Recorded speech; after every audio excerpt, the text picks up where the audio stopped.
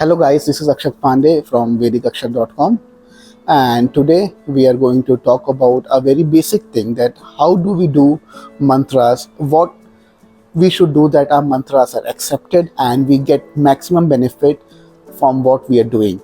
As a Vedic astrologer, 90% of my major remedies are based on mantras actually. That I prescribe mantras to my clients, they do this mantra and they get results over a period of time depending upon what sort of mantra, what sort of problem they are facing actually.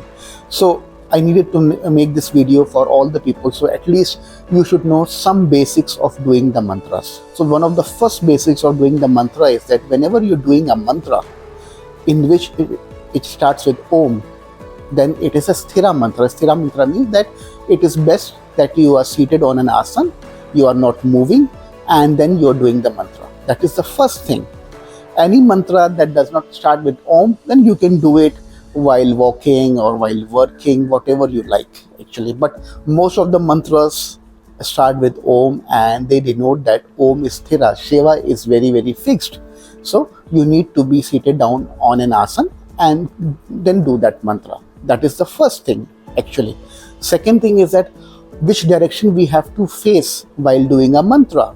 So the best two directions that we should be facing are east or north. If you're doing any mantra that is for the health, then we should face towards east, because east is the direction of the sun and sun is the karaka for lagna. And if we are doing any mantra for something else, like some desires of wealth, for marriage, then we should face towards north. That is more sansaric in nature.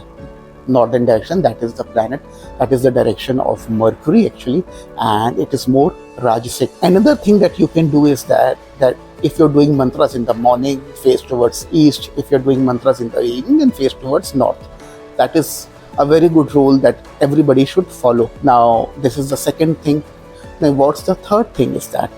Third thing is that most of the Vishnu mantras are suited for the morning, daytime, and Devi mantras like Mahavidya mantras, Lakshmi mantras or Durga mantras are suited for the evening at the time of sunset or after sunset. So that energy is much more of the Devi when there is after sunset. So when the moon is rising actually, when there is moon, so that the mother energy is more. So this is a very general rule everybody should follow actually. Now what else we can do is that one of the two requirements is that always keep your asan. Use your asan. Asan should be of red color cloth or your yellow color cloth, not a very dark shade like black or blue or brown. Not suited for that. It is better to activate either the energy of Mangala or Jupiter that can help you with the mantra, and always sit on your asan, because that asan actually holds your all the sadhana that you've been doing it.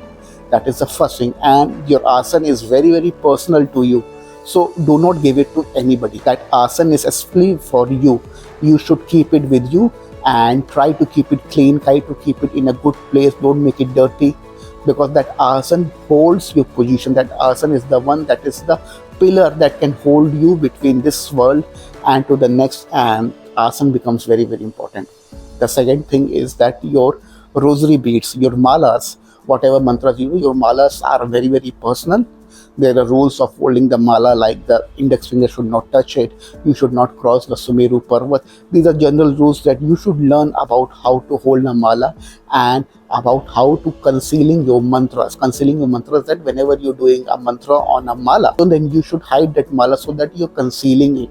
Because as per Vedic astrology, whenever you're doing a mantra, suppose you're chanting it loudly, whoever listens to that mantra will also get the benefit. And suppose you want to do it mantra solely for yourself, then you should do it quietly and you should hide the mala so that nobody sees it, because it is something very personal. If you're doing it for general welfare of the house, then you can do it with the open mala and you can chant it loudly so that the whole energy of the area is cleansed. This is a very, very big secret, and anybody who's been doing mantras for a long time, make sure that you conceal your mala if you're doing it for yourself. Second thing is this: what sort of rosaries or what sort of malas we should use. There are Rudraksha rosaries, there are sandalwood, there are red sandalwood, spatika, crystals, so many tulsi malas, so many malas, sorts of malas, materials of malas are available on the net. As a general rule, for all mantras of Shiva, use a Rudraksha mala, simple Rudraksha mala. For all mantras of Vishnu, use a sandalwood mala. So many people actually use tulsi also. Tulsi is for the sannyasis or the sadhus. Why? Because then you need to be very, very pure as tulsi. If you are in a material life in which you are not following the rules properly of spirituality, then it is better to do on a sandalwood rosary, not on a tulsi rosary. Okay, because then sandalwood rosary is much more beneficial for you, and all the mantras of Devi are to be done on a crystal, or what we call it spatika mala.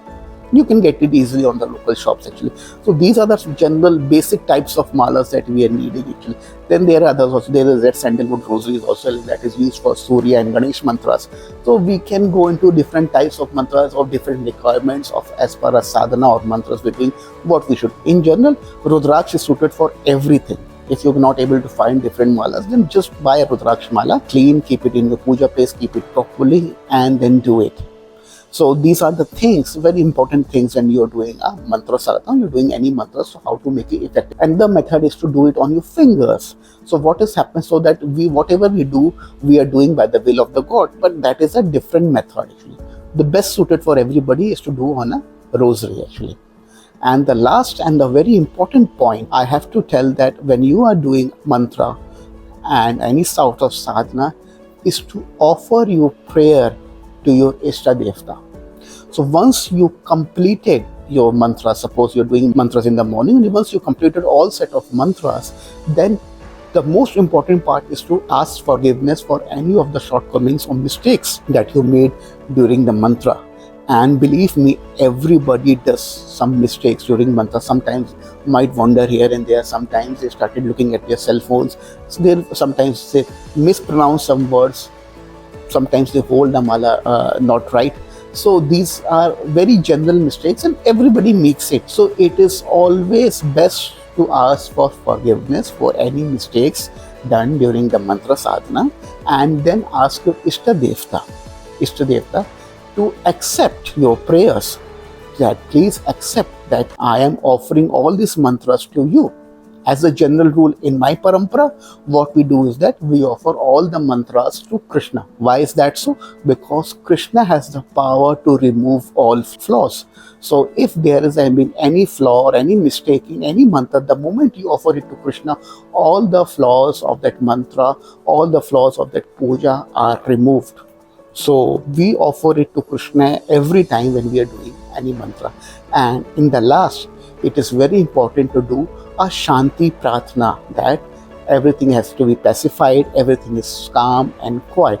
So one of the best ways to do is to just say Om Shanti, Shanti, Shanti. So if you're following these steps, so no matter you're only doing a one mala or a two mala, or you're doing a very simple sadhana, but that sadhana or that mantra is going to be listened by the God. So these are the basics that everybody should follow while doing a mantra or while doing any sort of mantra sadhana actually. Very simple basics to follow. The moment you get into it, you will start remembering it and it will become a habit actually.